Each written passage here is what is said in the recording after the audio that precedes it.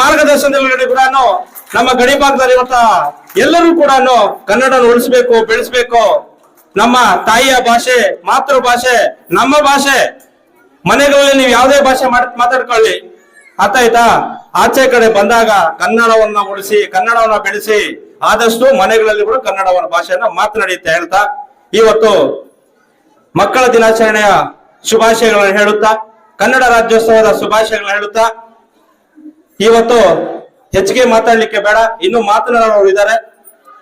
ಮತ್ತೊಮ್ಮೆ ಈ ಶಾಲೆಯ ಸಹಾರಾ ಇಂಟರ್ನ್ಯಾಷನಲ್ ಶಾಲೆಯ ಖಲೀಫಾ ಮೊಹಲ್ಲೆಯ ಎಲ್ಲಾ ವಿದ್ಯಾರ್ಥಿಗಳಿಗೂ ಕೂಡ ಮತ್ತೊಮ್ಮೆ ಮಗದೊಮ್ಮೆ ನಿಮಗೆಲ್ಲರಿಗೂ ಕೂಡ ಮಕ್ಕಳ ದಿನಾಚರಣೆಯ ಶುಭಾಶಯಗಳನ್ನ ಹೇಳುತ್ತಾ, ಮತ್ತೊಂದು ವಿಚಾರ ಏನಪ್ಪಾ ಅಂದ್ರೆ, ಶಾಲೆಗಳಲ್ಲಿ ಸರ್ವರಿಗೂ ಸಮಬಾಳು, ಸರ್ವರಿಗೂ ಸಮಪಾಲು ಅನ್ನೋದನ್ನ ನಾವೆಲ್ಲರೂ ತಿಳ್ಕೋಬೇಕು.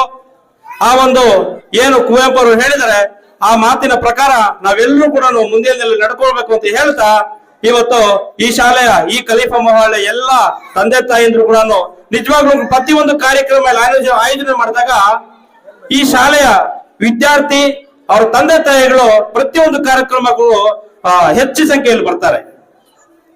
ಅವ್ರ ತಂದೆ ತಾಯಿಗಳಿಗೆ ಆಸ್ತಿ ಯಾರು ಗೊತ್ತಾ? ನಮ್ಮ ಮಕ್ಕಳೇ, ಬೇರೆ ಯಾರು ಅಲ್ಲ. ನೀನ್ ಆಸ್ತಿ, ಅಂತಸ್ತು, ದುಡ್ಡು, ಕಾಸು ಎಷ್ಟೇ ಮಾಡಿದ್ರು ಕೂಡ ಅವ್ರಿಗೆ ಆಸ್ತಿ ಮಕ್ಕಳೇ. ಆದ್ರಿಂದ ಏನಿವತ್ತು